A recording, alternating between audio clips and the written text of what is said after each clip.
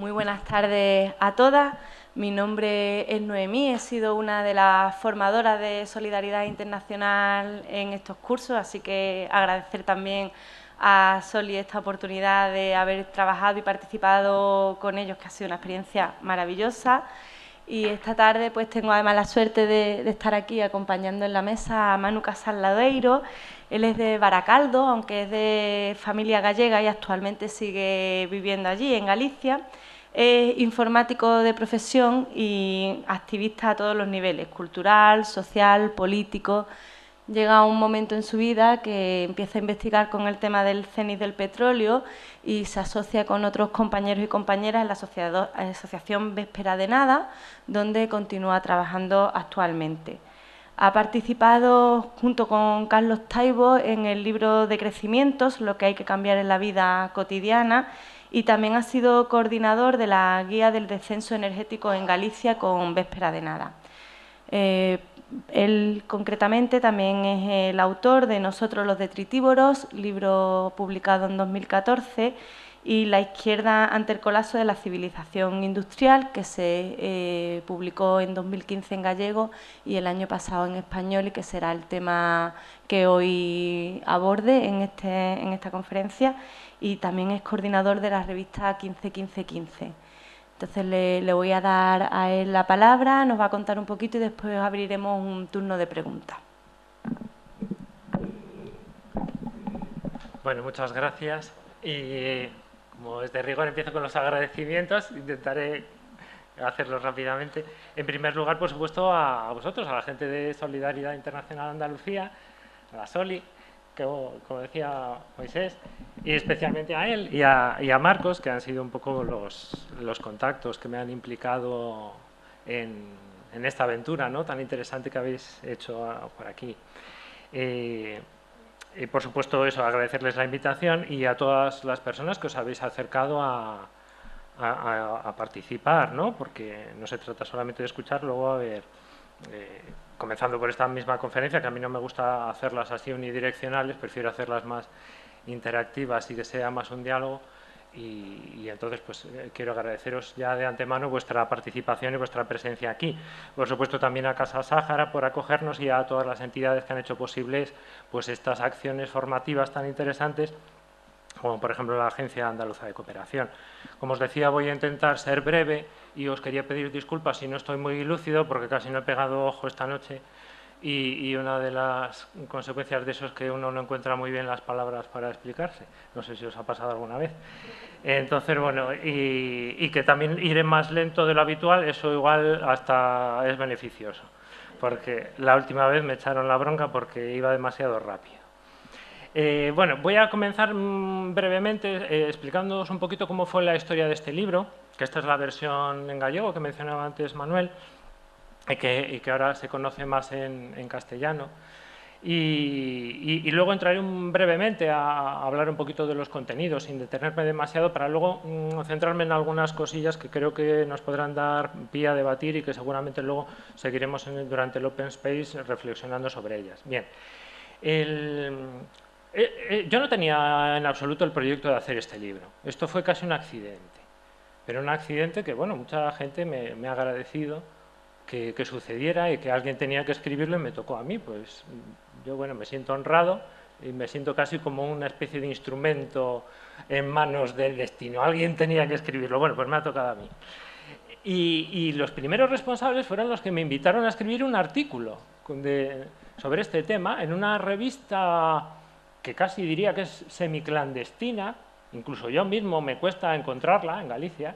Es una revista que se llama O Golpe, que es una revista que se autodenomina como arredista, que en gallego vendría a ser algo así como separatista, pero que trata temas muy, muy interesantes, ¿no? Y me invitaron a hablar sobre el tema de cómo se relacionaba la izquierda, entendida así en sentido amplio, con el colapso, ¿no?, porque esta gente de la revista eran bastante conscientes. Entonces escribí un artículo que quedó tan largo, esto fue en el 2013, que dije, bueno, por un poco más, pues lo alargo y yo qué sé, pues casi hago un libro y luego ya veremos quién lo publica, ¿no?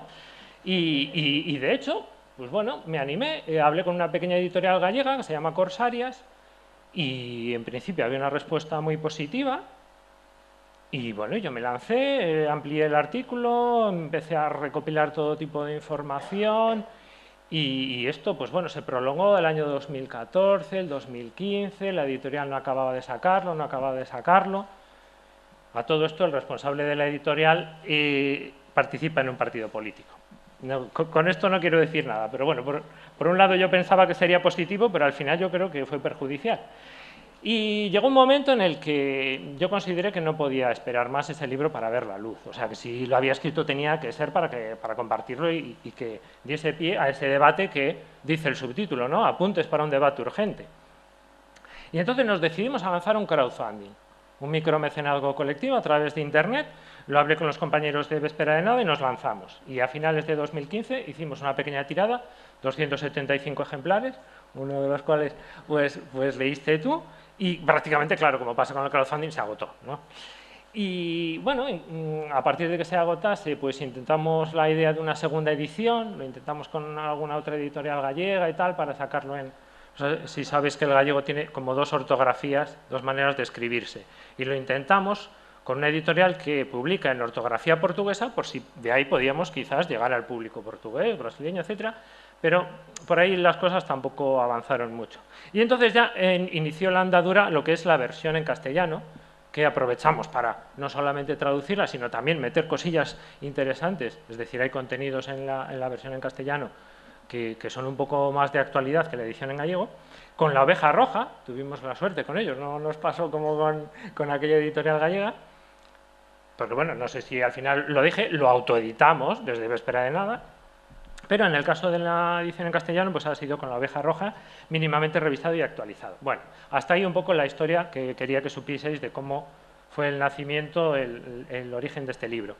Ahora, hablando un poco sobre los contenidos, presentándolos para aquella gente que no lo hayáis visto o que no hayáis tenido en vuestras manos o no hayáis ojeado el índice por internet, pues comienzo explicando en el libro muy brevemente, muy resumidamente, lo que es el colapso, porque el libro no se trata de eso, no se trata de explicar por qué vamos a colapsar, ya lo damos por hecho.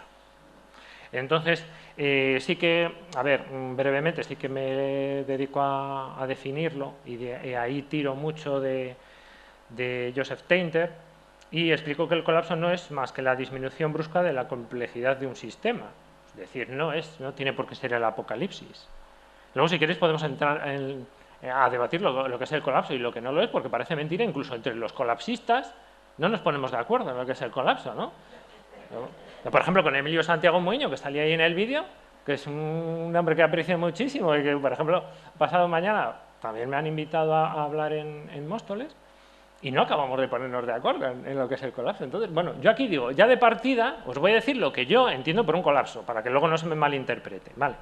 Bien, y a partir de ahí empiezo a indagar un poco si es factible o es pensable una izquierda postindustrial. Es decir, si hablamos de que la civilización industrial va a colapsar, entonces ya estamos planteándonos que va a haber un futuro postindustrial. Y no en ese sentido que se empezó a utilizar hace años eso de postindustrial, que parecía que era no solamente que se ha acabado lo industrial, sino que era ya industrial de la repanocha, que ya nadie va a ser agricultor, que íbamos a comer todos comida hecha con impresoras 3D y cosas de estas. No, no es en ese sentido, es postindustrial de que se acabó la civilización industrial y ahora llega otra cosa.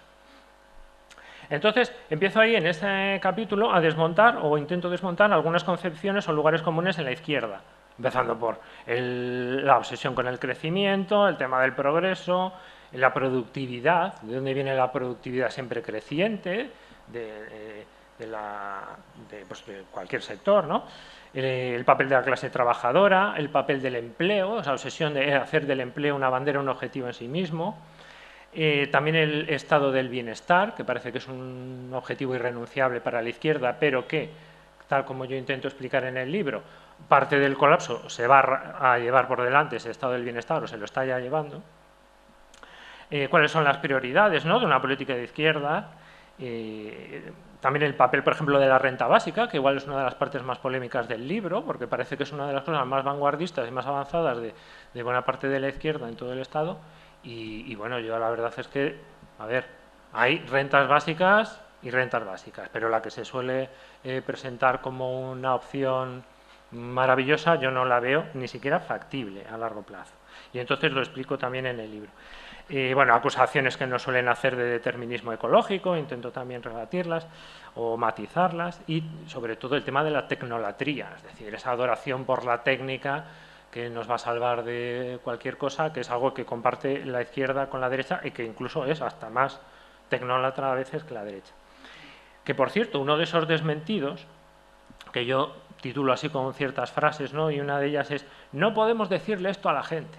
Es decir, después de intentar desmontar todos estos mitos de la izquierda, cuando ya superas todas esas barreras, hablando a veces con gente de los partidos, dicen: vale, bueno, tienes razón, pero no podemos decirle esto a la gente.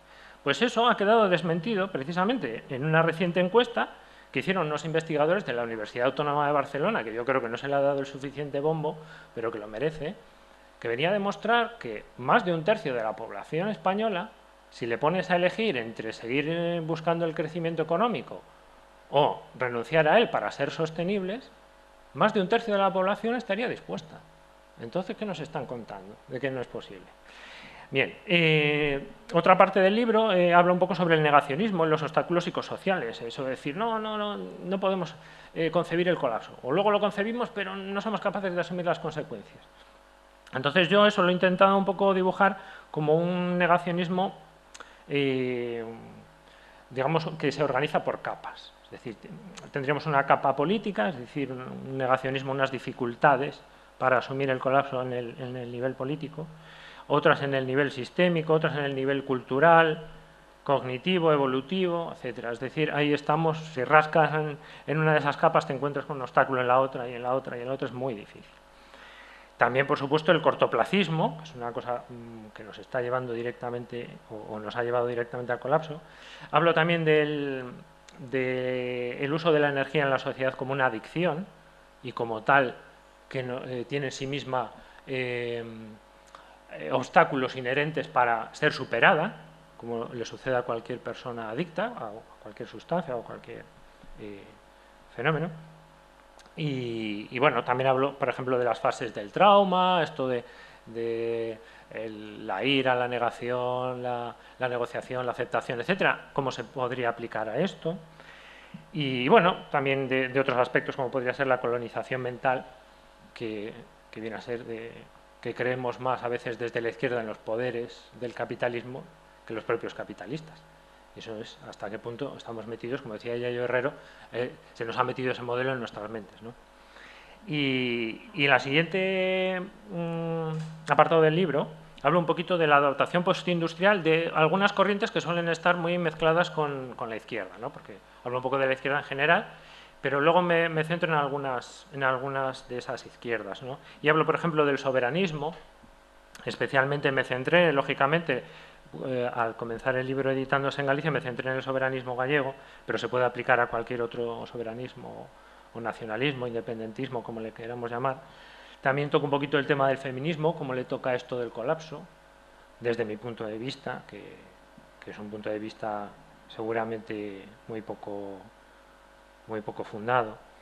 Y el movimiento de los indignados, también, o el llamado 15M, cómo le afecta a esto del colapso, hasta qué punto lo asumen.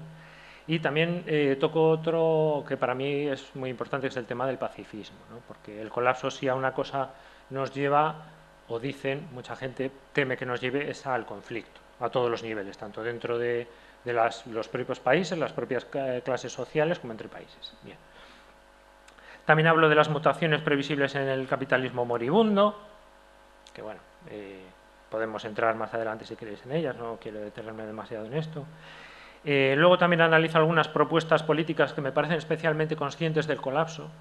O sea, no me dedico solo a criticar, sino que apunto por ahí algunas cosillas que pueden ser elementos en los que fijarnos para ver adaptaciones a este nuevo contexto. Y ahí hablo, pues, por ejemplo, lógicamente, del movimiento por el decrecimiento, de la revolución integral, las cooperativas integrales, que también se veían en el vídeo que habéis visto en el curso. La vía de la simplicidad, de Ted Trainer, que es una cosa que es bastante poco conocida por aquí, pero que nos hemos esforzado mucho porque se conozca también en lengua hispana, y ha salido recientemente el libro editado por Trota. Y también un pequeño partido que hay en Galicia que se llama o Partido da Terra, y que me parece especialmente interesante, aunque sean bastante poco conocidos. Luego también hablo de de algunos remapeados que podemos hacer a los tradicionales mapas que se establecen de coordenadas políticas, ¿no? A veces decimos, bueno, ¿dónde me sitúo yo políticamente? ¿O dónde se sitúa esta fuerza política? ¿O dónde se sitúa esta propuesta política? Pues a la tradicional disposición en dos ejes, yo le he intentado añadir un tercer eje, que sería el productivista ecologista o productivista decrecentista, como lo queráis llamar, y hay algunos gráficos ahí que nos intentan un poquito orientar acerca de eso. E incluso también he intentado mapear los nuevos movimientos, que algunos os parecerán y seguramente sonarán, porque lo son, muy frikis, y los he intentado también meter ahí una especie de mapa de coordenadas, para que cuando a partir de ahora empecemos a oír hablar de esa gente, que de algunos oiremos hablar, pues saber un poco dónde ubicarlos. Y finalmente, lo que a mí me parece la parte donde igual puede encontrarse a las cosas más valiosas del libro, aparte, por ejemplo, del prólogo de Teresa Moure, del que no he hablado y que para mí es de las mejores partes del libro, pues es cuando me paro un poco a dibujar las posibles estrategias que se les plantean principalmente a los partidos, pero luego también hablo un poco de las estrategias que podemos tomar como movimientos en respuesta un poco o en diálogo dialéctico con esos posicionamientos estratégicos de los partidos, y que he clasificado, he hecho así una especie de taxonomía que, bueno, como otra cualquiera, que seguramente otros autores o cualquier persona podrá verla de una manera diferente o ponerle otros nombres. Yo, por ejemplo, hablo de que las izquierdas podrían tomar unas estrategias francas, de hablar francamente con su discurso y con sus políticas a la gente, porque como le gustaba mucho decir también a Yayo Herrero, la gente no es tonta, y la gente, yo soy de los que piensa que se le puede hablar sin engañarles, sin dorarles la píldora, sin tratarlos como a niños. Y eso son lo que yo llamo estrategias francas, que diferencia un poco la franca dura, ir a lo bestia, decir las cosas así sin medias tintas, y otra sería la franca ilusionante, es decir, no contar ninguna mentira, pero bueno, buscarle el lado bueno, ¿no?, del colapso, que es un poco la filosofía de eso del decrecimiento feliz, de la vía de la simplicidad también de Ted Trainer, también es mucho de la filosofía de las transition towns. Y luego, pues bueno, dejo un poco de lado las estrategias francas y hablo de otras que podrían ser las progresivas, de bueno, vamos poquito a poco, vamos a hacer ahora esto, igual para la legislatura que viene ya hablaremos, bueno. Y luego ya paso directamente a las hipócritas, a las estrategias hipócritas, decir una cosa y hacer otra. Es decir, vale, tenéis razón, lo del colapso va a venir y nos va a pillar, pero nosotros vamos a hacer como que no y vamos a seguir con lo de siempre, ¿no? Y dentro de esas, ahí se abren algunas que, a mi parecer, son bastante interesantes, aunque yo no sería por las que optaría, que serían, por ejemplo, la pasivo-facilitadora. Es decir, no vamos a hacer demasiado proactivamente, no vamos a hacer grandes planes energéticos, ni vamos a salir en el telediario diciendo, señores, llega el colapso, hay que prepararse, una economía de guerra, etcétera, etcétera, sino que vamos a dejar hacer a esas iniciativas que van surgiendo desde la base, así por debajo del radar, vamos a dejar que vayan haciendo y vamos a facilitarles un poquito las cosas. Y ahí ya cabría hablar de facilitarlas más o menos, ¿no? Y ahí yo creo que un referente muy bueno es el de Cuba, aunque tenga un régimen político totalmente diferente, incluso socialmente sean muy diferentes a nosotros, pero yo creo que ahí, por ejemplo, lo que Emilio Santiago Muñoz ha estudiado del caso cubano es muy interesante. Cómo la gente iba haciendo cosas y el gobierno cubano iba un poco a rastras. Y no eran precisamente los más convencidos los del gobierno, pero bueno, iban haciendo, dejando hacer. Bueno, hoy importamos 1 millón de bicicletas de China, mañana cambiamos a los trabajadores de sitio para que gasten menos combustible, bueno, y ahí yo creo que es una estrategia muy interesante. Y luego hablo de otras estrategias que igual sí que son como un poco más de política ficción, como puede ser la liquidadora, es decir, meternos en las instituciones para liquidarlas desde dentro, que puede ser un sueño muy bonito para los criptoanarquistas, pero no sé yo. Y luego la estrategia más exitosa, que es la negacionista. Aquí no pasa nada y vamos a seguir con lo de siempre, ¿no? Bueno, y finalizo con algunas conclusiones, así un poco pintando lo que pienso que puede ser las cosillas que puedan ayudar a adaptarse a la izquierda, ¿no? Los fundamentos, algunos pasos que se han estado dando. Yo siempre me estoy fijando ahí declaraciones, cosillas que hacen los políticos, ¿no? Y voy tomando nota, no para considerarlo un insulto a la inteligencia, como dice Taibo, que yo creo que ahí se equivoca, sino para tomar nota y luego restregárselo por la cara, que es lo que merecen, y para eso están ahí, ¿no? Y si un día firman el manifiesto Última Llamada, que es un manifiesto anti-políticas keynesianas, y luego aparecen promoviendo políticas keynesianas como si estuviéramos en los años 80 o 90, pues hay que pasárselo por la cara. Y entonces, para eso está muy bien que te firmen el manifiesto, que tú luego se lo puedas pasar por la cara, porque si no te lo firman, no tienes nada que pasarles por la cara. Bueno, si queréis luego podemos hablar más de eso. Y finaliza el libro con unos anexos, así un poco de utilidad, como el propio manifiesto Última Llamada, que supongo que conoceréis la mayoría, y si no podemos hablar luego un poquillo de él. Y luego, pues bueno, hay, como siempre me gusta meter en mis libros, pues una especie de batería de medidas para que tome en mano quien quiera y que luego no digan que solo criticamos y que no proponemos nada. Y yo creo que son medidas bastante factibles, que cualquier estrategia, incluso las hipócritas, no hace falta que sean muy francas, que pueden vender muchas de estas medidas que se incluyen en el libro, que las pueden vender muy bien como quiera cualquier partido de izquierdas, sin que se les oliviante ni los sindicatos ni la gente en las calles, todo lo contrario. Y bueno, y alguna sugerencia de autores. Bueno, no sé cómo voy de tiempo porque eso, como tengo este descontrol mental por no haber dormido. Muy bien, vale. Pues ahora es cuando me meto con el tema de... De todos modos, cortadme cuando consideréis. Hecha esta pequeña presentación del libro, que tampoco me parece que haya que hablar sobre el libro, sino que me gustaría que hablásemos sobre lo que quiere hablar el libro. Entonces me gustaría dar pie un poquillo al debate lanzando algunas cosas, ¿no? Por ejemplo, yo creo que el primer problema que tenemos los que andamos con el tema del colapso, el decrecimiento, la transición, todos estos conceptos, el primer choque que nos encontramos, y aquí yo creo que estaréis de acuerdo conmigo, cuando hablamos con la izquierda en general o con los partidos políticos de izquierda en particular, es que nuestros diagnósticos chocan. O sea, no tenemos el mismo diagnóstico. Entonces, si no tenemos el mismo diagnóstico, lo tenemos muy difícil para poder tener estrategias comunes. Es que ya a veces ni siquiera compartimos el discurso, ¿no? Entonces, bueno, tener un diagnóstico tan claro como partir de que el colapso ya es inevitable sería un exitazo tremendo. Recuerdo en unas jornadas que organizaron en la Autónoma de Madrid, que nos invitaron, entre otros, a Carlos de Castro y a mí. Carlos de Castro estaba que no se lo creía, porque era un poco como en vuestros cursos, ¿no? Lo del colapso ya figuraba en letras grandes desde el comienzo de la jornada. Decía, hombre, ya es un avance, ya partimos todos de que el colapso está aquí y ya vamos a hablar, ¿no? Pero ya no nos vamos a hablar sobre el colapso sí, colapso no, tal. Ya partimos todos del mismo diagnóstico, vamos a colapsar. Bien, pues eso sería muy de agradecer, pero no, ya es nuestro primer choque. Entonces, ese diagnóstico no lo comparten, no comparten que se haya acabado el crecimiento económico, no comparten ni siquiera eso, ¿no? Entonces, yo creo que si la complejidad de una sociedad está en función del flujo de energía disponible y tenemos claro, les podemos explicar que el flujo de energía disponible va a empezar a disminuir y que no van a llegar a tiempo ni en suficiente escala las energías renovables para compensarlo, de ahí hay que explicarles que el sistema social, y ahí podemos hablar del Estado, de los servicios públicos, de las empresas, de la universidad, de todo lo que queráis, de la agricultura, todo eso va a reducir su complejidad. Y es precisamente eso, una reducción rápida de la complejidad a lo que llamamos colapso.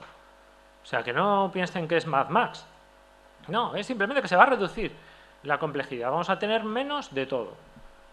Entonces, ya eso sería un gran avance, ¿no? Por ejemplo, el artículo este que publicó Ferran Puigvilar en el diario, en el blog de Última Llamada, en el diario.es, hace creo que fue un par de meses o así, ¿no?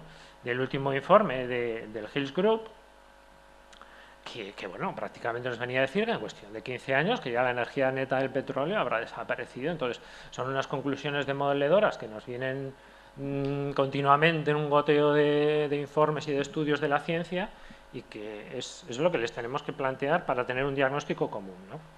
A partir de ahí, si tenemos ese diagnóstico común, ya podemos empezar a hablar. Ya podemos empezar a decir, bueno, ¿cómo gestionamos el colapso? ¿Quién lo va a sufrir más? ¿Cómo podemos evitar que lo sufra, ¿no? Si somos de izquierda será lo que nos preocupe, ¿no? Es decir, no es lo mismo que sea consciente del colapso una persona de derechas o un partido de derechas que no que lo sea un partido de izquierdas, en algo se tendrán que diferenciar, ¿verdad? Pues es de eso de lo que deberíamos hablar.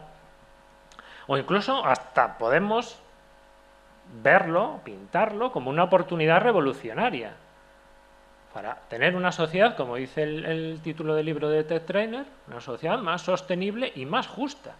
Es decir, porque sea una sociedad más simple, no tiene por qué ser una sociedad peor, no necesariamente. Entonces, ahí está el meollo de lo que tenemos que trabajar con la izquierda o desde la izquierda, ¿no? Bien, ahí cabrían, pues eso, hablar de líneas de acción, yo creo que ahí es fundamental, por ejemplo, lo que hacéis o lo que habéis venido haciendo en Soli, que espero que sigáis haciendo y que lo podamos exportar a otros lugares, que son esas líneas de acción didáctica y de diálogo, ¿no?, con la sociedad y con las fuerzas sociales, porque eso está muy bien, ¿no? Y fijaos lo que habéis conseguido vosotros, lo que han conseguido en Móstoles, a mí me parecen referentes muy interesantes, porque ayudáis a construir un diagnóstico común.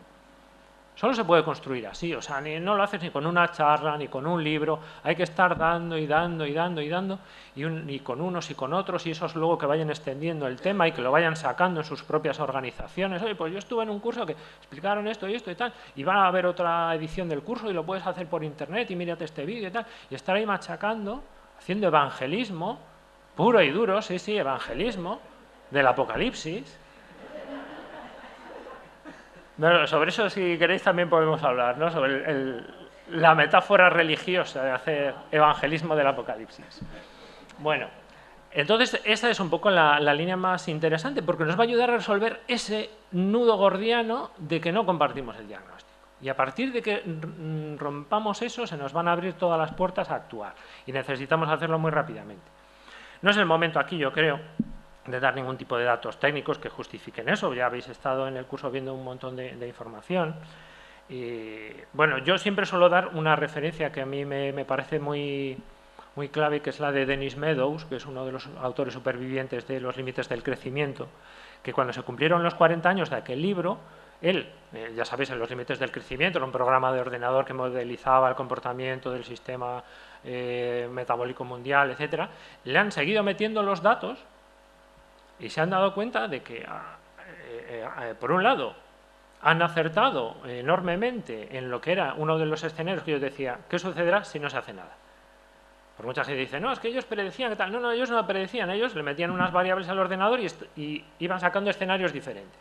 Y entonces, lo que ha sucedido después de esos 40 años es clavadito a lo que ellos decían que era el escenario, si no se hace nada, va a pasar esto. Entonces yo creo que eso supone una fiabilidad bastante alta, ¿no? Entonces, ¿qué pasa? Ellos le siguen metiendo los datos actuales, los siguen actualizando y le piden al ordenador que los extrapole al futuro y nos viene a decir que eso, que dentro, para el año 2030, que solo va a quedar el 50% del petróleo que hemos tenido ahora, que se considera que es ya el cenit y a partir de ahora ya caemos, el 50% en volumen.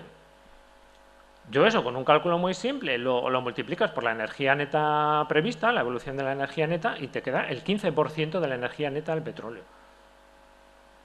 Y ahí es de donde viene el título de la revista 15-15-15, que mucha gente me pregunta. Pues claro, era en el año 2015 cuando lo inventamos, o cuando nos dimos cuenta de esto, y claro, desde el 2015, en 15 años, quedará el 15% del petróleo, ¿no?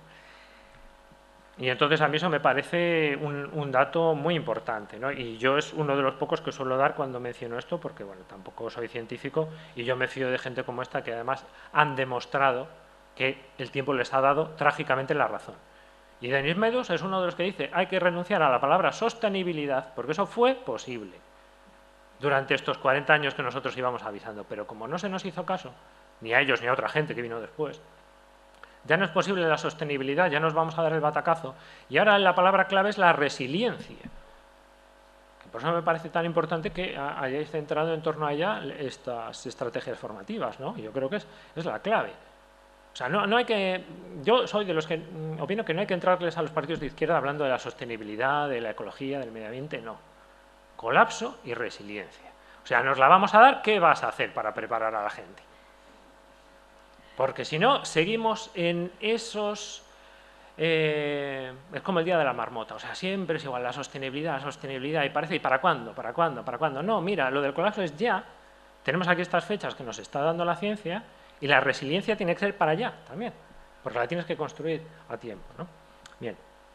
La inmensa mayoría de la izquierda van a calificar todo esto de demasiado pesimista y nosotros calificamos lo que hacen ellos de demasiado optimista. Entonces, ¿cómo demonios nos podemos poner de acuerdo? Yo una de las propuestas que les hago, y la apunto también en el libro, es que juguemos a la metodología de los escenarios, que es una cosa que ya ha hecho más gente, ¿no?, en esto del pico de petróleo, etcétera. Que es decir, bueno, vamos a establecer varios escenarios. ¿Qué pasaría si yo tengo razón y A, me haces caso, B, no me haces caso? ¿Y qué pasaría si el que se acerca más a la verdad eres tú? ¿Y qué pasa si te dejas engañar por mí o si sigues haciendo lo que estabas haciendo? Y entonces tú mira el resultado de eso. Y si aplican esa metodología, yo creo que va a quedar muy claro que hay que optar por hacer caso y no esperar a que se confirme el colapso. Porque lo que está en juego, en caso de que fallen, es demasiado grave. Y lo que pueden perder es demasiado pequeño comparado con lo que podrían perder si ese escenario se diese realmente. Bien, no sé si andamos... 10 minutos de sobra. Bueno, de sobra, luego si queréis podemos hablar de más cosillas ya en modo interactivo, que es lo que me gusta más y supongo que a vosotros también. Bueno, la duda en todo caso, yo se la plantearía, no es si estas medidas que les pedimos que apliquen van a llegar demasiado pronto, que es el miedo que nosotros detectamos que tienen muchísimas veces. O sea, cuando consigues que te abran la puerta de un ayuntamiento, de un gobierno, de un tal, y vas allí y les hablas y... No, es que esto todavía no lo vamos a hacer porque la gente no lo está percibiendo y no, sería demasiado pronto. ¿Sabes? O sea, aunque te den la razón, te dicen no, todavía no. Lo que os decía, ¿no?, de la estrategia progresiva. Yo creo que la duda ahora no es esa, es si van a llegar a tiempo o si van a llegar demasiado tarde, pero no si van a llegar demasiado pronto. Ya no podría llegar ninguna de estas medidas demasiado pronto. Bien, como penúltimo punto, querría volver sobre la necesidad de las estrategias duales o mixtas, que la otra cara de la moneda sería la alianza entre las dos familias de la izquierda. Bien, por si alguien no ha asistido a los cursos y no conoce el término de las estrategias mixtas, nos referimos con ello a actuar al mismo tiempo desde abajo, es decir, de los movimientos sociales, iniciativas comunitarias de base, etcétera, y también desde arriba. No quiere decir poniendo la mitad de las fuerzas en los dos lados, no. Pero lo que quiere decir es no renunciar a ninguna de las dos estrategias, ¿vale? Es decir, mientras les estás atacando ahí a los partidos o actuando desde dentro para que hagan cosas, al mismo tiempo tú no esperas por ello y vas haciendo cosas a nivel de tu barrio, de tu pueblo, etcétera. Y al mismo tiempo eso nos lleva a la necesidad, que yo también invoco un poco en el libro, de que se reencuentren las dos familias clásicas de la izquierda, los libertarios y los estatalistas, ¿no? Los que aborrecen del Estado y no quieren saber nada de él, y los que lo supeditan todo a hacerse con el poder en el Estado, ¿no? Entonces yo creo que si ellos compartiesen el diagnóstico, podrían llegar a la conclusión de que, bueno, quizás los libertarios pudiesen hacer una excepción histórica, como hicieron, por ejemplo, en la Guerra Civil, que fue un momento excepcional en el que incluso hubo una ministra en el Gobierno de la República, una ministra libertaria, y yo creo que esta situación histórica no es menos de emergencia que fue la Guerra Civil, es mucho más, diría yo.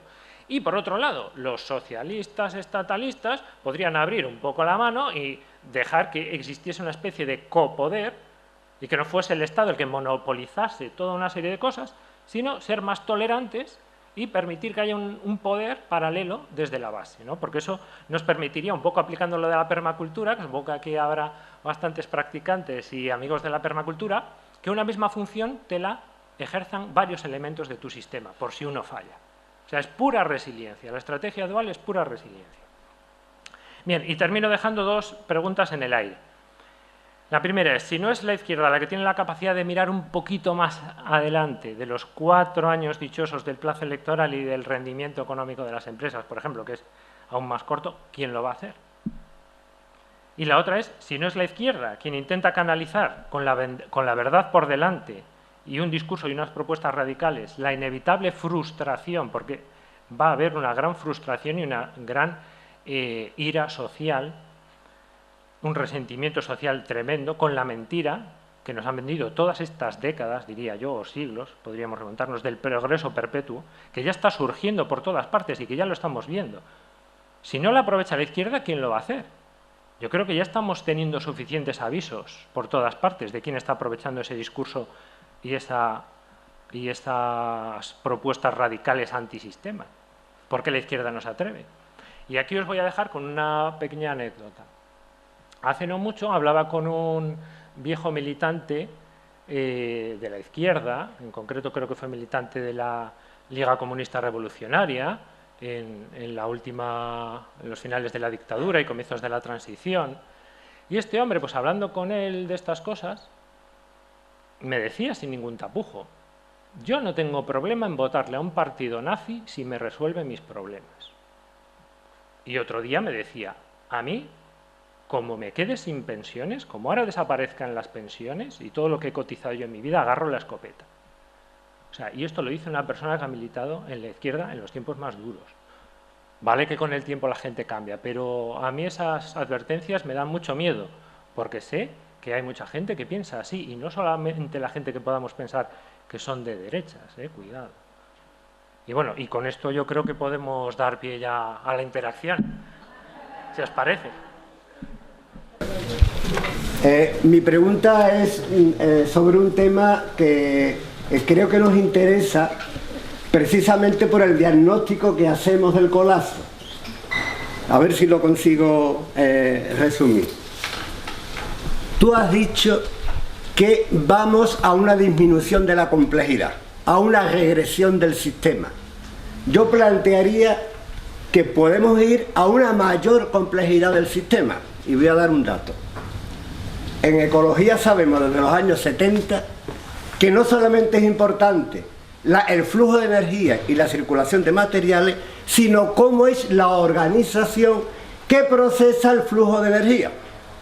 Por ejemplo, en un agroecosistema industrial, la tasa de retorno energético es menor de 1. ¿Estamos de acuerdo? Sí. En permacultura, las tasas de retorno energético están entre 30 y 40. Con menos energía podemos mantener un sistema complejo, porque la organización nos hace procesar con mayor eficacia la energía entrante. Yo veo un problema en esto que estáis definiendo continua. Digo que soy partidario de lo que estáis diciendo y creo en el colapso. Lo que no creo es que inevitablemente suponga disminución de complejidad del sistema.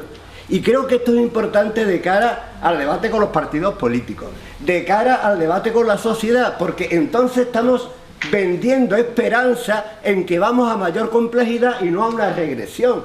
El término regresión suena muy fuerte a la gente. Entonces, para mí es importante acudir a los conceptos ecológicos e interpretarlos. Y la pregunta, Eduardo... La pregunta es, que quiero saber su opinión, porque tú has definido que vamos al colapso y el colapso lo defines como disminución de complejidad. Yo no comparto que eso sea inevitable, porque puede haber formas organizativas que consigan incrementar la complejidad del sistema. Y lo dejo ahí la pregunta. Bien, yo creo que aquí deberías hacerle esa pregunta a Carlos de Castro. Yo, dentro de lo que buenamente entiendo y practico, como permacultor novato, voy a intentar respondértelo. Creo que tenemos conceptos diferentes de la complejidad. Y, por otro lado, matizarte que nunca he dicho una regresión. No, porque no se puede volver a lo de antes. La flecha del tiempo va en una dirección y no se puede volver atrás. Y esto es algo que incluso gente dentro del colapso tiende a perderlo de vista. Por ejemplo, cuando a veces Jorge Richman o incluso Emilio Santiago Muiño hablan de que podemos mantener sociedades industriales, dicen sí, porque si tenemos la misma energía que teníamos en los años 50, podríamos tener una sociedad de relativamente modesta industrialización como era la de aquel entonces. Y yo les explico, no, porque lo ves en un punto concreto del tiempo separado del proceso histórico. Es decir, la industria que había en los años 50 no era la energía... no era la industria con la complejidad que daba la energía que se disponía entonces, no. Es la sociedad que se creó después de varios siglos de aumento de la complejidad, de aumento constante. Es decir, cuando vas aumentando la complejidad pasas por unos puntos y cuando te vas disminuyendo esa complejidad pasas por otros que no son los mismos. Por tanto, yo nunca he utilizado la palabra regresión ni vuelta al pasado. Y si alguna vez se me escapa, pues me tenéis que tirar de las orejas. En cuanto a lo de la complejidad, ya te digo, no tenemos la misma definición de complejidad. Un sistema permacultural es menos complejo desde el punto de vista del que habla Joseph Tainter. Es más complejo si lo consideras desde el punto de vista de la biodiversidad. Ahí sí, claro que sí, pero es que no hablamos de eso. Hablamos de las sociedades humanas y que se mide la complejidad de la sociedad humana. Por ejemplo, Tainter la mide por el número de profesiones distintas que hay en una sociedad. Es una variable, es una variable. Y, por ejemplo, las tecnologías también se pueden comparar. Y las tecnologías que tú puedes mantener con un aporte energético alto no son las mismas que puedes mantener con un aporte energético bajo. Y esas tecnologías, que son las de la permacultura y son las tecnologías apropiadas, son tecnologías menos complejas. Lo midas como lo midas, por elementos, por fabricación y por uso. Yo, a ver, esto lo tendrías que hablar con Carlos de Castro, porque él... Nos tiramos piedras a nuestro propio tejado, porque estamos asumiendo una idea de complejidad que va en contra de dar esperanza a la población de que vamos en esa transición hacia posibles sistemas más complejos. A mí no me importa si es más complejo o menos complejo. Yo creo que nos conviene utilizar la palabra complejidad porque así podemos vender la vida simple. Porque si vas por donde tú dices e intentas vender que vas a mantener la complejidad, eso yo no lo veo un camino ni siquiera estratégicamente bueno, aunque pudiese compartir contigo una definición diferente de complejidad que pudiésemos acordar. No, yo no lo veo estratégicamente positivo. Yo creo que es mucho más fácil decir, no, las sociedades más complejas van a tener un Estado menos complejo, con menos departamentos, con menos funcionarios, vas a tener menos tipos de empresas, vas a tener menos tipos de profesiones. O sea, tú ahora mismo vas, yo es una cosa que la visualizo mucho porque mi hija va a entrar en el colegio este año, tú vas a cualquier clase de cualquier colegio en España y les preguntas a los críos y a las crías que quieren ser de mayores y te van a decir una variedad de profesiones, bueno, igual no, igual te dicen todos futbolista o famoso o tal, pero bueno, eso es otro tema. Pero potencialmente te podrían decir un montón de profesiones distintas. Y lo más probable es que entre el 80 y el 60% de ellos acaben trabajando de agricultores o cualquier otra profesión del sector primario. Eso ya es una reducción muy clara de la complejidad social. Social, no hablamos de biodiversidad. Yo quería hacer referencia al tema que estabas comentando de decir que tenemos que hacer uso, que yo lo comparto también tanto desde abajo como desde arriba. Pero ¿qué ocurre cuando nos acercamos a una izquierda? Por ejemplo, eso es muy sencillo. Hay un chiste que llega uno y dice, mire, perdone, la izquierda, y dice, en el fondo a la derecha. ¿Qué haces cuando tú accedes a una izquierda falangista? Porque yo, por ejemplo, vivo en Rociana del Condado, se supone que nos gobierna la izquierda, que es el Partido Socialista, pero yo no he visto una izquierda más alejada de la realidad, o de por lo menos lo que nos venden, que es la izquierda. ¿Qué hace en ese sentido? Porque estamos acudiendo a una izquierda que realmente es más derecha que izquierda. ¿Qué hacer en ese caso? ¿Qué hacer? Es difícil, ahí hay que conocer el percal en cada partido. Yo, en general, podría decirte que puedes apelar a los valores tradicionales de la izquierda. Intentar recuperar su corazoncito, si les queda algo de los valores tradicionales de la izquierda. Y decirte, es que mira, por donde vas tú, vas a llegar a un punto en el que te vas a tener que posicionar. Es como el debate que había cuando Trainer les metía caña a las Transition Towns, ¿no? Decía, joder, pero mojaos políticamente, mojaos, que va a llegar un momento que vais a chocar con el sistema, no vais a poder hacer la transición ahí como ángeles separados del rollo político. Y realmente se llegó a tener un cierto debate interno, que ahora mismo no sé cómo estará. Había gente dentro del propio movimiento que decía, vamos a tener que enseñar nuestros verdaderos colores. Pues a los partidos se les puede decir lo mismo. Dice, tú te vendes de izquierdas, luego haces políticas de derechas. Macho, al final te vas a tener que aclarar, porque vamos a llegar a un punto en el que o vamos a un fascismo, a un autoritarismo, que te vas a quedar solo con tu parte derecha, o te vas a ir a realmente una cosa de verdadera izquierda. Entonces, te vas a tener que posicionar. Y es en estos momentos críticos cuando la democracia y todo lo que concebimos está en peligro, cuando realmente se bifurca ahí y se reconoce realmente la gente si es de izquierda o es de derecha. Pero ya te digo, yo creo que ahí es más estrategia o táctica de las personas concretas, los gobiernos concretos y hacer presión por donde podáis. Pero no tengo ahí una solución, ya lo siento. No.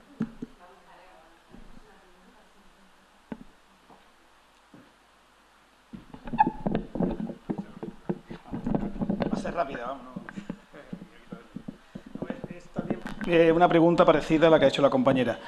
Es decir, fundamentalmente basado en las actuaciones que hacemos desde Soli, con respecto a los partidos políticos. Es decir, yo creo que es fácil, vamos, fácil, es muy difícil, pero también se nos puede hacer fácil discutir con mucha gente, se le puede decir las cosas claras a nivel de barrio, a nivel de pueblo, a nivel de donde estamos haciendo el tema del curso y después de la ampliación de los conocimientos con muchísima más gente.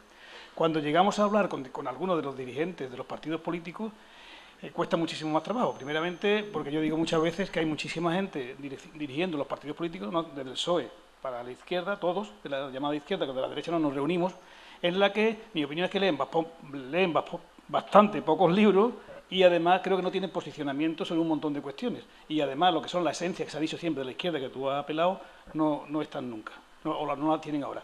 El problema, la pregunta es que tú me parece que lo tienes claro, es decir, cómo el trabajar en la base y poner y hacer todo lo posible para hacer alternativas creo que es muy interesante, pero el convencimiento del trabajo con los partidos políticos, en la que puede haber dos escenas, de discutir permanentemente con ellos, para que acepten nuestras posiciones, o plantearnos también la dualidad, la toma de cierto poder político a nivel de ayuntamiento, a nivel de Estado. Es decir, sería esa una comprensión o una forma un poquitín más ir de fuera, aunque también es verdad que las últimas actuaciones de Podemos y los partidos nuevos, también muchas veces cuando cogen el poder casi empiezan a hacer lo mismo. Entonces, creo que esta dualidad es la que me gustaría que tú, si lo tienes muy claro, cuál es la que tú ves más importante para hacer.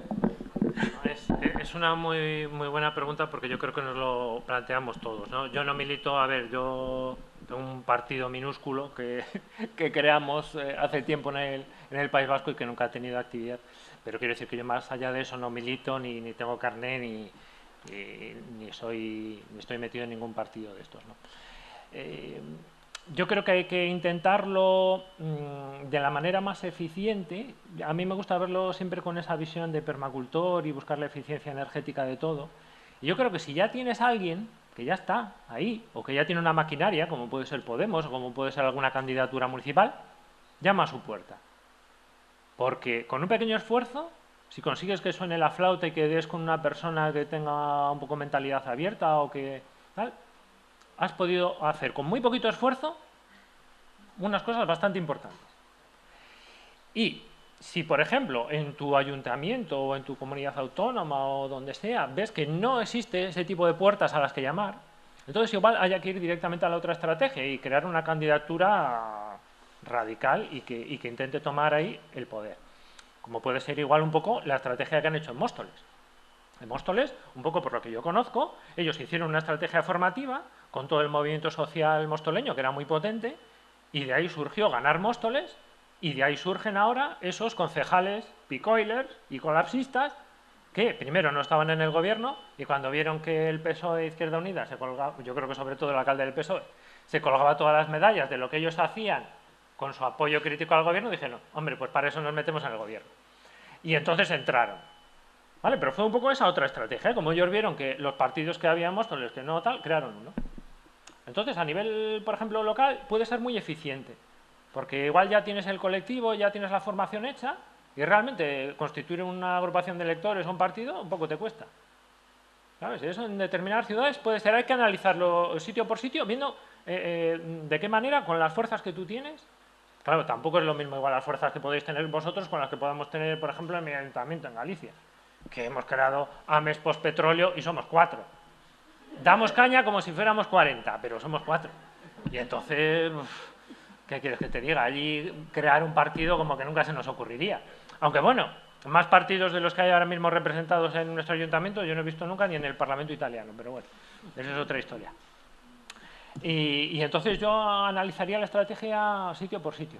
Incluso yo le decía medio de broma a un amigo colapsista que va a abandonar el Gran Bilbao y se va a ir a vivir a un pueblo del interior de Vizcaya, y yo le decía, oye, ¿y allí quién gobierna?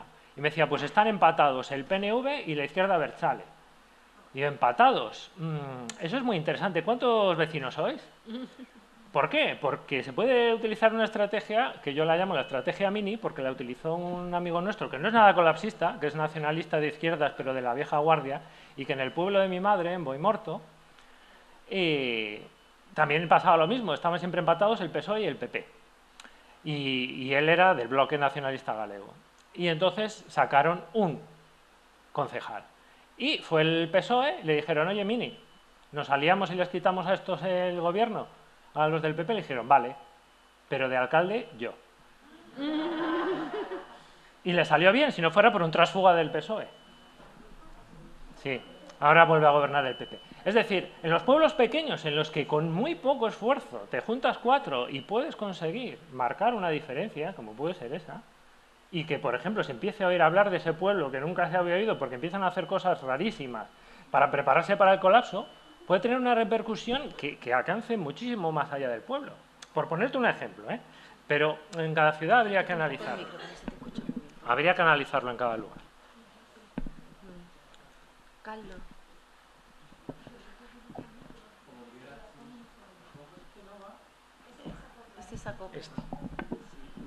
Una pregunta. ¿Tú manejas un concepto de colapso como algo que va a llegar, que está por llegar, de una manera uniforme, en un momento concreto, en todo, digamos, a escala más planetaria, o parte ya de la base de que esto ha colapsado ya en muchos sitios? Hay zonas colapsadas, África o Oriente Medio, y parte de las sociedades en las que vivimos que están colapsando. Sí, totalmente. Muchas gracias, Carlos. La entendí muy bien. Totalmente. De hecho, yo creo que la única visión ha sido un colapso repentino y de golpe solo la tiene Hollywood. Porque todos los que andamos en esto del colapso lo vamos viendo. O sea, te va colapsando gente a tu alrededor, países a tu alrededor. Yo decía muchas veces, ¿no? Cuando empezaban los problemas en Grecia, digo, pues parémonos aquí, ¿no? Porque lo siguiente seremos nosotros. Y antes que Grecia, pues hemos tenido muchos países, ¿no? En Oriente Medio y en África, estados fallidos que se llamaban, ¿no? Pues todo eso puedes ver ahí colapsos en diferido y que llegarán de una u otra manera, incluso dentro del mismo país, dentro de las diferentes clases sociales, dentro de los diferentes sectores, ¿no? En esta teoría que tiene Antonio Turiel de la espiral, ¿no? En cada vuelta de la espiral se va destruyendo un sector económico, que eso también es reducción de la complejidad. Es decir, tienes menos sectores económicos. Entonces, yo creo que prácticamente todos los que andamos en esta historia de colapso tenemos esa visión de un colapso por etapas y simultáneamente en diferentes etapas en diferentes sitios. Allí detrás de Marco.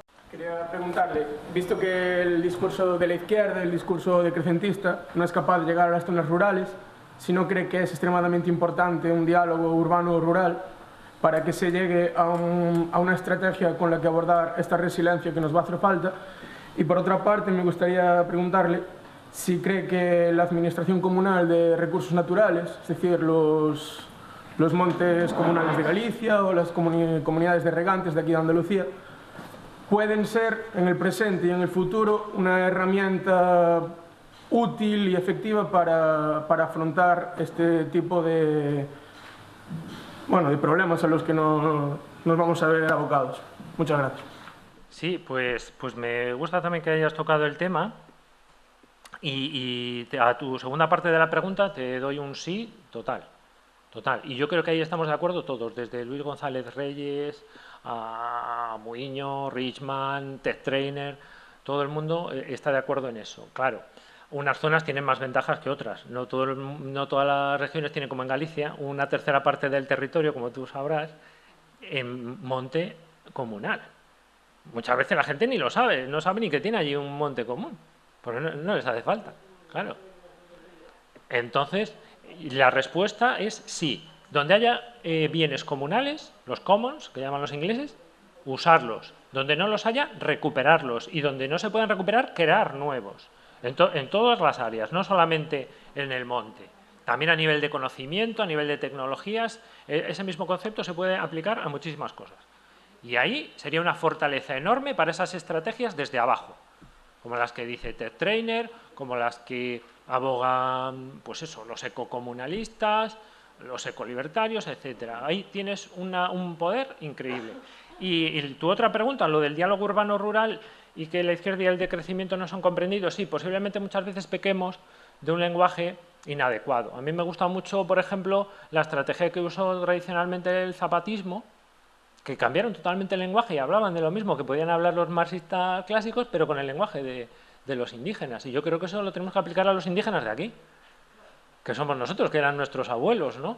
Y digo, hijo, yo si pudiera hablar con mis abuelos, que ya no me queda ninguno por desgracia, ¿yo cómo le explicaría estas cosas? Y cuando tengo la fortuna de hablar con gente mayor, y cuando te digo mayor, me refiero a los que vivieron la industrialización tardía, supongo que en Andalucía sería parecido en Galicia, Extremadura, las zonas tradicionalmente pobres de la península ibérica, y entonces tenemos la fortuna de que todavía hay gente mayor que vivieron el proceso de industrialización brutal y aceleradísimo que hubo, que destruyó los lazos comunales y un montón de cosas, y tienes la fortuna de hablar con ellos, y yo creo que debemos aprender mucho de su lenguaje.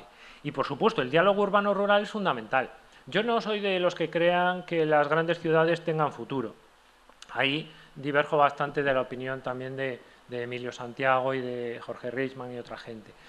Sí que creo que van a existir ciudades, pero que van a ser mucho más pequeñitas y mucho más de una escala más llevadera con poca energía. Pero lo que me parece fundamental, existan o no existan ciudades, es que mientras existan hay que establecer puentes.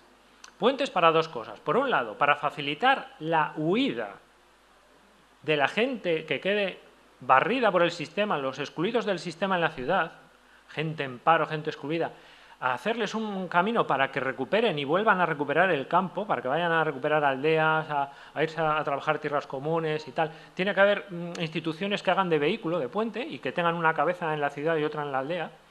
Y por otro lado, me parece fundamental también para que desde la zona rural más cercana, digamos periurbana a las ciudades, se pueda ayudar a la gente que tenga que seguir resistiendo en la ciudad, que es un centro interesante, porque ahí sacas unas relaciones muy eficientes de proximidad, etcétera, seguir alimentándoles. O sea, por ejemplo, el modelo de las cooperativas de consumo, el trabajo con agricultores de confianza, sin hacer falta ni sellos ecológicos ni nada, sellos participativos, un grupo de gente en la ciudad y un grupo de gente en los pueblos, y que se apoyen.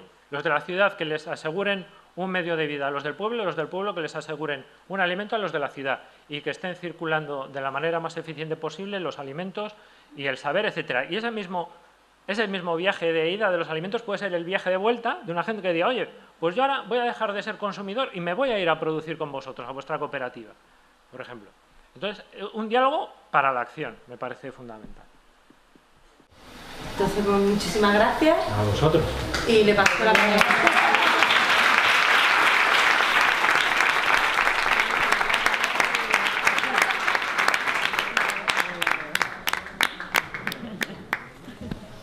Sí. Vale, pues ahora antes del descanso vamos a explicar brevemente lo que vamos a hacer después, ¿vale? A partir de las 7 comenzará la Open Space, ¿vale? El espacio abierto, donde vamos a debatir todos y todas acerca de distintas preguntas. Y en este sentido quería comentar un poco de dónde han salido las preguntas, ¿vale?, de las que vamos a debatir. Hace un par de semanas aproximadamente contactamos con distintas personas procedentes de partidos políticos, sindicatos, organizaciones marxistas, movimientos feministas, pacifistas, ecologistas, antimilitaristas, y le planteamos que hoy íbamos a debatir sobre el colapso, y para ello le entregamos un par de artículos, ¿vale? Un artículo de Carlos Taibo, sacado de su último libro, que se llama también Colapso, y una entrevista a Manuel Casal, que estaba extraída de la entrevista que le hicimos para el vídeo del curso anterior, ¿vale?, de estrategias para la resiliencia local. Y a partir de ahí le planteábamos que nos entregaran 3 o 4 preguntas claves que consideraran que eran importantes debatir hoy, esta tarde.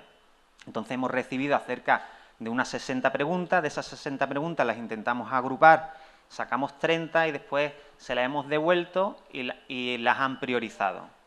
Y al final hemos extraído 10 preguntas, que son las que están en las columnas, aquí, ¿vale?, con los dibujitos. Y pues sobre esas 10 cuestiones son las que vamos a debatir en un espacio abierto, y ahora Pablo pues nos va a comentar cómo se participa en este espacio abierto. Muy bien. Pues ahora vamos a salir, a tomarnos unas cositas, descansito, y cuando volvamos, pues algunos de nosotros nos vamos a quedar a organizar aquí. Habrá 10 mesas y cada una de las mesas tendrá pues un cartelito, ¿no?, con la imagen y la pregunta. En las mesas habrá un anfitrión, una anfitriona, que nos ayudará un poco a llevar el diálogo, ¿no? Entonces, esto es una actividad participativa. La persona que esté ahí de anfitriona pues se va a encargar un poco de fomentar el debate entre todos los que vayamos pasando por allí, todas las que vayamos pasando, y usaremos post-it para poner nuestras ideas o lo que se vaya debatiendo, las ideas principales del debate, lo vamos a ir poniendo con post-it sobre una cartulina que habrá encima de cada mesa. Además, alrededor pues habrá otros papeles un poco por si necesitamos utilizarlo para describir, dibujar, explicarle algo a nuestros compañeros. Entonces, la idea es que esos post-it se queden ahí en la cartulina, porque después la anfitriona pues tendrá un minutillo para exponer aquí el resultado un poquito, las ideas más destacadas del debate, ¿no?, que ha ocurrido ante esa pregunta. Entonces, pues con los post-it parece un poquito más sencillo, ¿no?, de hacerlo. Bueno, también un poco animar con esto de la participación, ¿no? Es un tema un poco... Hay diversidad aquí, hay gente que le gusta hablar mucho, hay gente que es más cortadillo, entonces vamos a ponérselo fácil a esas anfitrionas y vamos a autocontrolarnos la participación, vamos a atrevernos a participar, ¿no? Esto parece complicado, hay risas, hay nerviosismo, ¿no? Ya conozco yo a uno o a una que... a ver cómo lo paramos, ¿no? Claro, y ¿cómo le saco yo una palabrita, no? Bueno, pues ahí, ¿no? Animamos, ¿no? El ambiente de confianza. Hablando de la confianza, todo el mundo tiene un papelito, o casi todos, ¿no? Animo a que quien haya llegado un poquito tarde o no tenga o se haya caído, pues ponga aquí su nombre y la provincia de la que venga, para poder dirigirnos entre personas que no nos conocemos, ¿no? Por ahí está la cinta, ¿no? Y bueno, el open space, ¿no? Las mesas. El anfitrión o la anfitriona y nosotros. ¿Qué hacemos nosotros? Pues vamos pasando, ¿vale?, de una mesa a otra como vayamos viendo, ¿no? Hay como 4 principios, que es somos los que somos. Eso significa, si en esta mesa hay 2 personas, pues son las mejores personas que puede haber en ese momento para hablar eso. Si somos 20, un poco complicado, ¿vale? Os pedimos también que nos autorregulemos la cantidad de personas. Ahora, si hay un tema que está súper candente, que ahí se forma algo, nos vamos a decir que os vayáis, pero bueno, no sé. Pues está interesante, está ahí el tema, ¿no? Parece que hemos focalizado ahí, bueno, ya, ¿no? Pero bueno, que hay muchas mesas interesantes, posiblemente no nos dé tiempo en los 40 minutos más o menos, vamos a revisar el tiempo, una horita, vamos a revisar tiempo que vamos a tener, posiblemente no nos dé tiempo por pasar por todas las mesas, pero bueno, yo qué sé, ¿no? Un poco. Sucede lo que sucede, y lo que suceda va a ser lo mejor que pueda haber sucedido. Cuando se empieza, ya está, nos ponemos. Y cuando se acaba, ¿vale? Donde se acabe, porque porque no vamos a solucionar hoy nada, ¿vale? No, lo siento.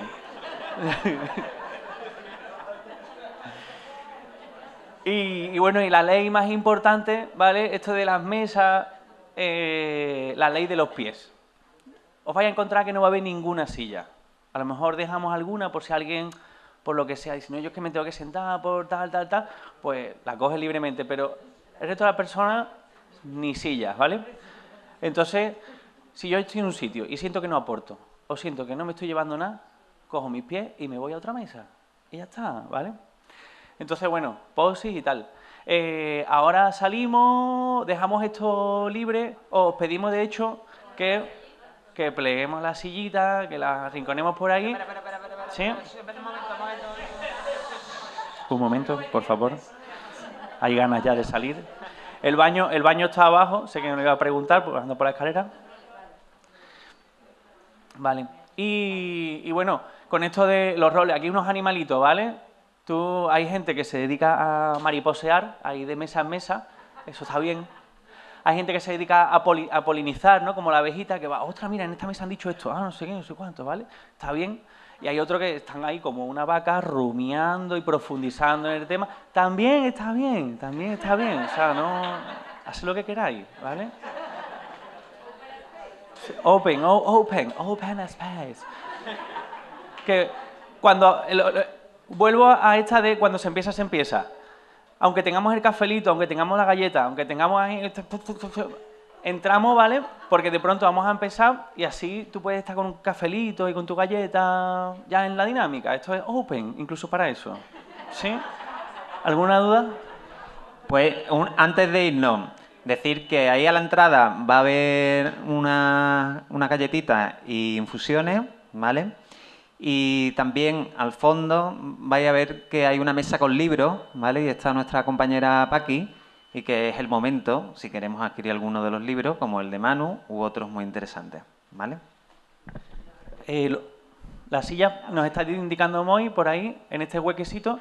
Ahora buscaremos algunas personas, alumnas y alumnos de los cursos, ¿vale? Vamos a intentar que sean de las máximas provincias, que hagan de anfitriones, ¿vale? Entonces, ya os llamaremos a la puerta. A las 7:15 empieza el Open Space.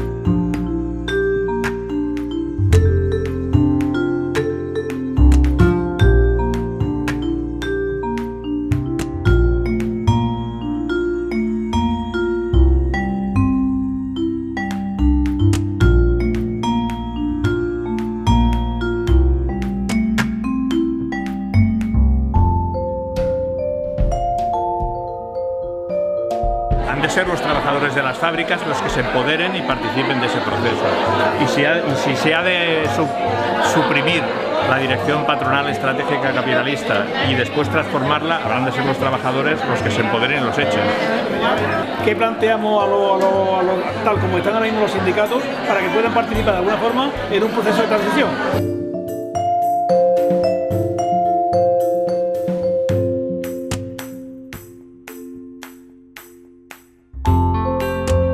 Lo principal sería que en realidad la palabra colapso en sí ya es como muy fuerte, entonces iniciar la comunicación por el colapso se habla que paralizaría, ¿no? Por un lado, acción en el barrio y por otro lado, difusión en positivo de las alternativas que ya existen, que ya se están creando y que son una salida. Y que fuera un lenguaje más asertivo, más sencillo, de más fácil comprensión, y ligándolo con experiencias que la gente conoce, como las vidas antes en los pueblos, como lo que hemos perdido de resiliencia. Y por otro lado, en cuanto a las emociones, pues gestionar el miedo, abrir la mente hacia lo que es de verdad vivir bien y lo que tenemos hoy en día, o sea, disociar también lo que sería el estado de bienestar de lo que sería vivir bien, ¿no? Que parece que los cambios nos cuestan. Han salido 4 temas. El primero más ignorancia. La idea de muchas personas ha sido que no existe la capacidad de creer realmente que lo que va a pasar es real. Segundo, que yo creo que ha sido el más numeroso de todo, ha sido el miedo, que enlazándolo con el grupo de antes ha sido una de las cosas que también ha salido en otros grupos. El miedo en 2 sentidos, el miedo a lo que viene y el miedo a perder votos y a perder discurso y a no tener un discurso creíble. Tercer punto, forman parte del sistema y al formar parte del sistema son parte del problema. También están por encima otros hilos que los mueven, entonces no van a tener un discurso contrario. Y el último punto, no queremos renunciar a nuestros privilegios. No es un tema que nos afecta principalmente y si lo ponemos en el discurso nos va a repercutir en nuestros privilegios. Pues muchas gracias. Es breve.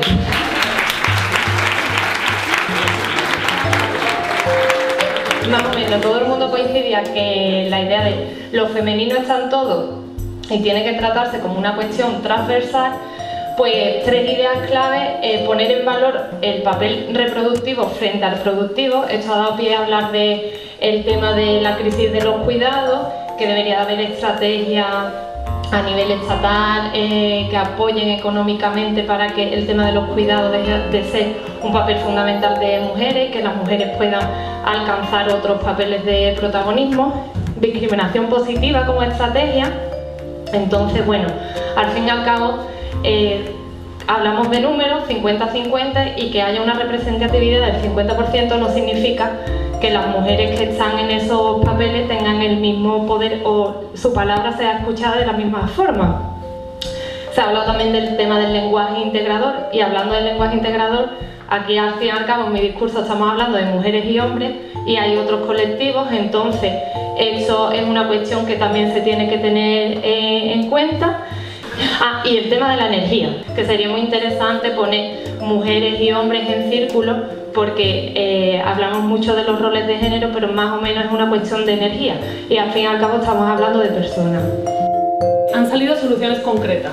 Aquí ha habido gente muy imaginativa, ¿vale? Desde nacionalizar los servicios básicos y mucha crítica a los partidos de izquierda. También ha habido aquí un momento de lo desunida que está la izquierda, la necesidad de despartidizar las políticas de izquierda y el no querer una izquierda de amiguetes.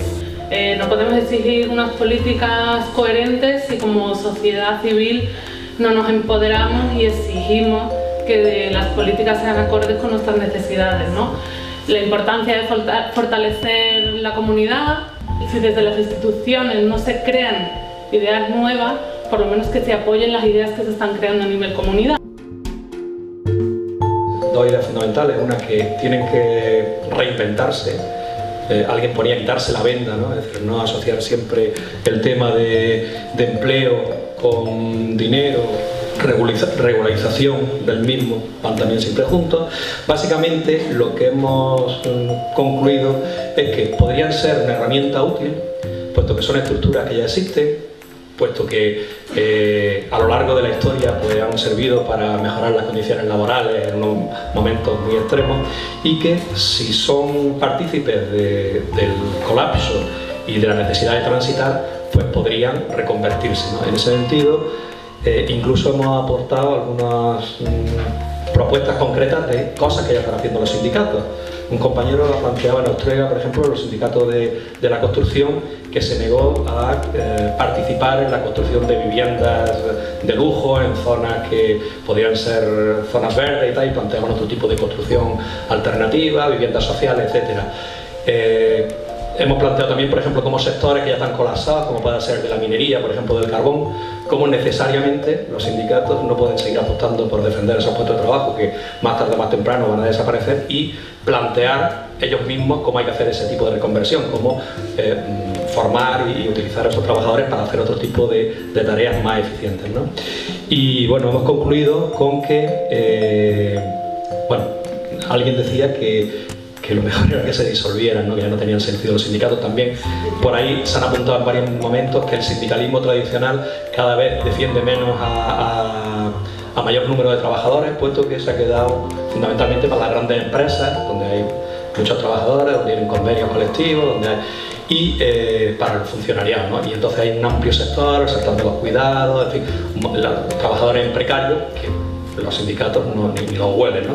Entonces, bueno, eso podía ser también una forma de facilitar la reconversión y la reutilización para convertirlo en herramientas de transición.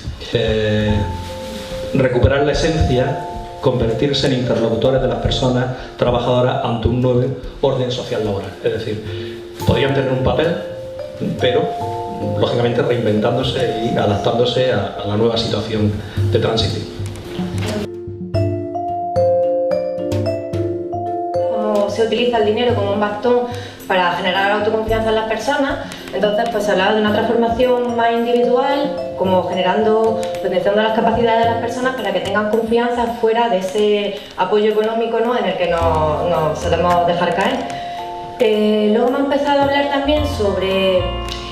ha surgido el dilema sobre cómo la intervención estatal es necesaria, a pesar de que en un sistema decentista las instituciones centrales tienen que ir perdiendo poder, pero no sabíamos bien hasta qué punto lo comunitario se puede articular sin un ente que articule las comunidades entre ellas, porque al no haber, todas las comunidades no tienen la misma igualdad de recursos, pues habrá comunidades que tengan más capacidad de salir adelante y comunidades que tengan menos. Entonces, si queremos un sistema justo, tiene que haber una visión más global y más superficial, ¿no?, desde arriba, para equilibrar esto.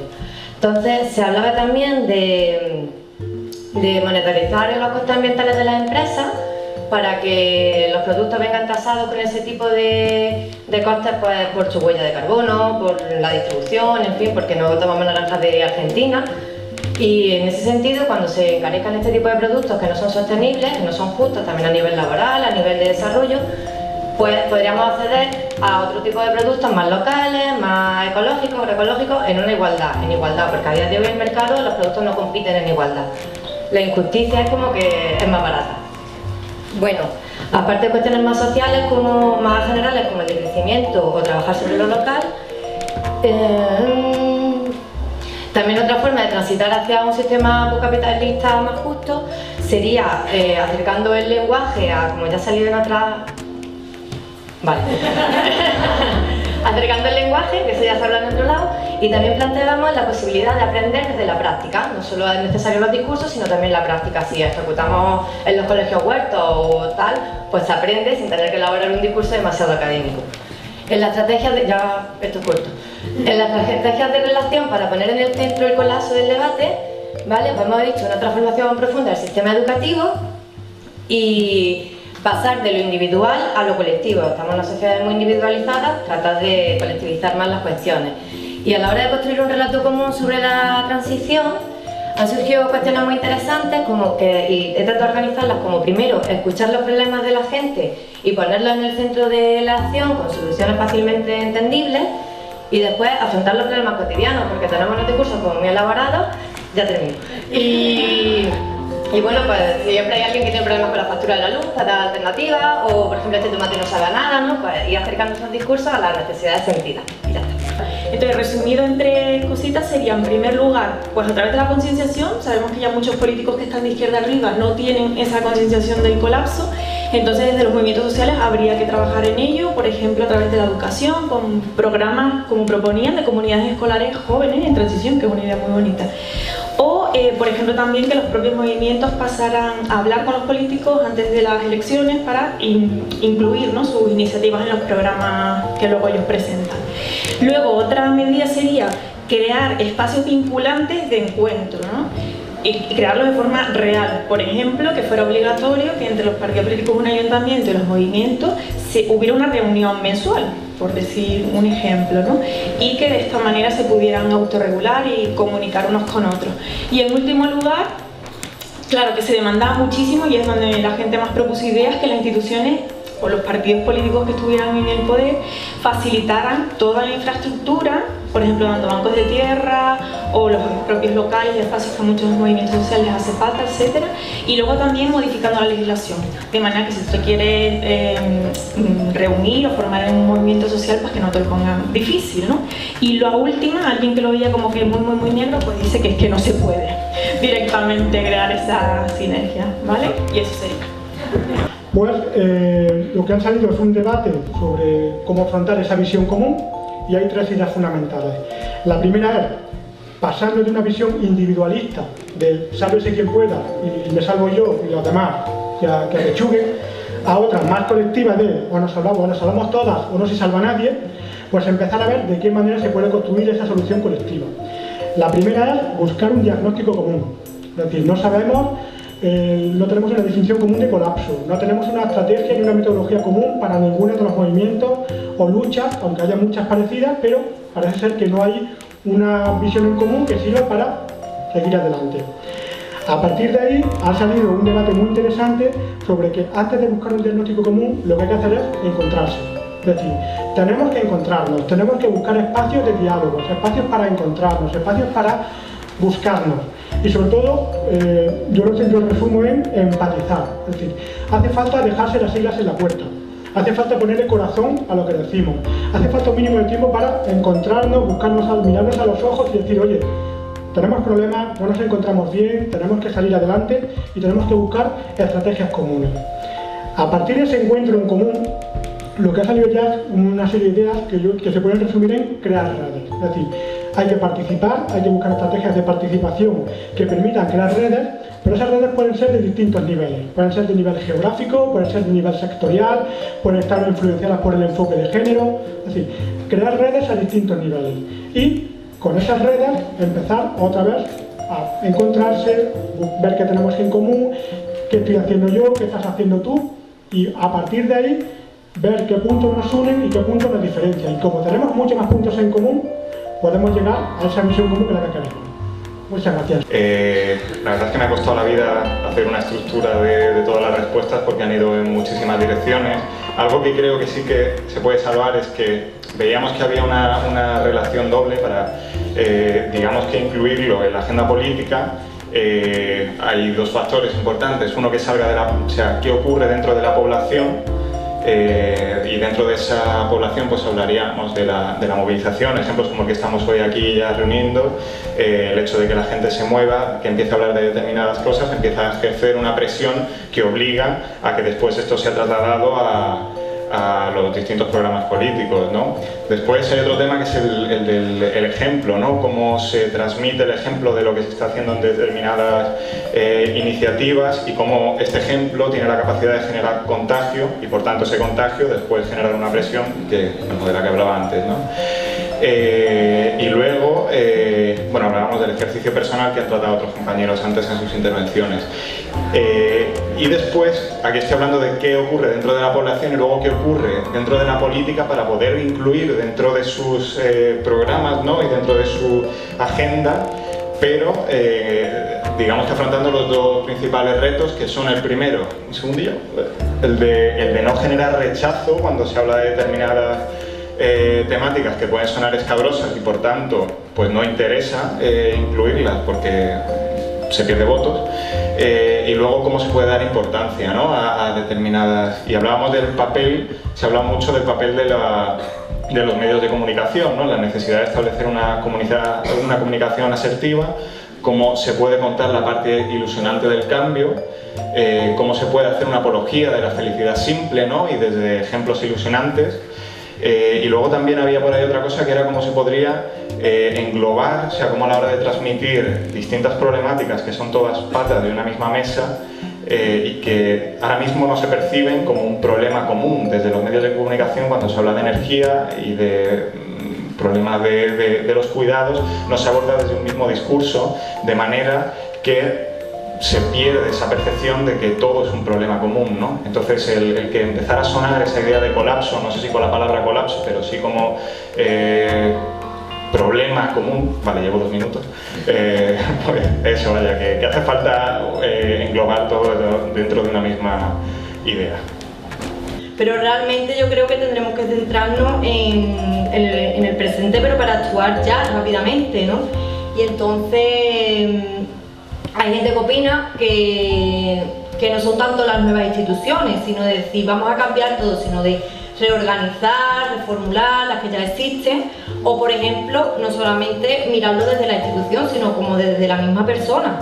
Desde nosotros mismos somos los primeros que tenemos que cambiar, no dejar que sean las instituciones quien cambien, o los políticos o los estados, sino realmente desde abajo. Y eso es realmente la conclusión que se saca de todo esto, desde que se tiene que trabajar más desde lo local para llegar hacia lo global, ¿no? Hacia más gente, y que somos los primeros que tenemos que cambiar. ¿Qué es una institución hoy en día? Porque si tú quieres constituir una institución, estás metido siempre en el mismo sistema, el sistema capitalista, socioeconómico que tenemos hoy en día, y es muy difícil ir por tu cuenta, o que realmente no tengas el mismo apoyo como las instituciones que más se conocen, porque realmente te van a excluir totalmente de la sociedad. Entonces sí que sería bueno, pues eso, ¿no? Si realmente se tienen que crear nuevas instituciones, pues que sean desde la participación social, desde lo comunitario, desde los mismos barrios, y desde tú mismo, porque muchas veces estamos concienciando, intentando sensibilizar a la población, pero nosotros mismos no somos capaces de decir lo dejo todo y voy a cambiar yo mi forma de vida. Y también hay gente que estamos aquí, ¿no? Entonces, pues no sé. Tampoco voy a ponerme a leer papelito por papelito porque ha participado mucha gente en la mesa, muchas gracias. Y entonces es todo de lo mismo. Es todo lo mismo, que eso, que hay muchos límites, como institución hay muchos límites y hay muchas ideas y muchas cosas que se pueden desarrollar, que somos nosotros mismos, no esperemos que lo hagan en las instituciones, sino somos nosotros mismos los que tenemos que cambiar y ya está. Entonces, antes de pasar a explicar el juego, pues hay un momento, ¿no? En un flamenco, cuando los aplausos, que se hacen, no, para ti, no, el guitarrista, ¿no? Entonces vamos a darle un aplauso, tanto los que estamos aquí, a los de allí, los de allí, los de acá, los de aquí, los de en medio, ¿vale? Porque esto ha sido espectacular.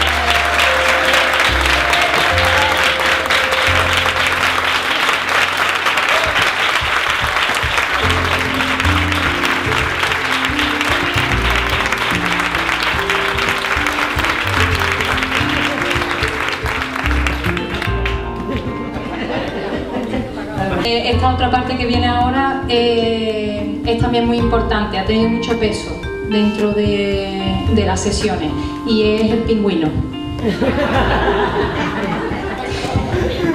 Vamos a ver, hemos hablado mucho, ¿no?, de la cooperación, del apoyo mutuo y de todo esto, ¿no? Pues vamos a ver si sabemos hacerlo. ¿Están todas las sillas ocupadas o no?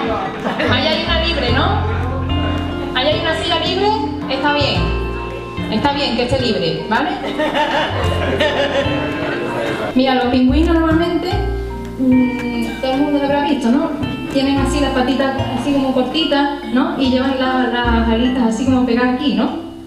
Eso. Y luego, ¿tú me puedes agarrar el micro?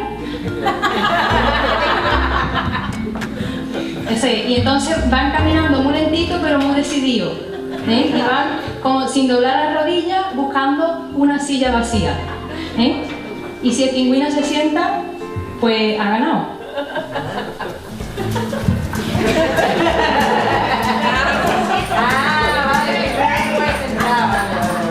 Y no me puedo sentar, te lo he dicho. En ninguna, ¿no?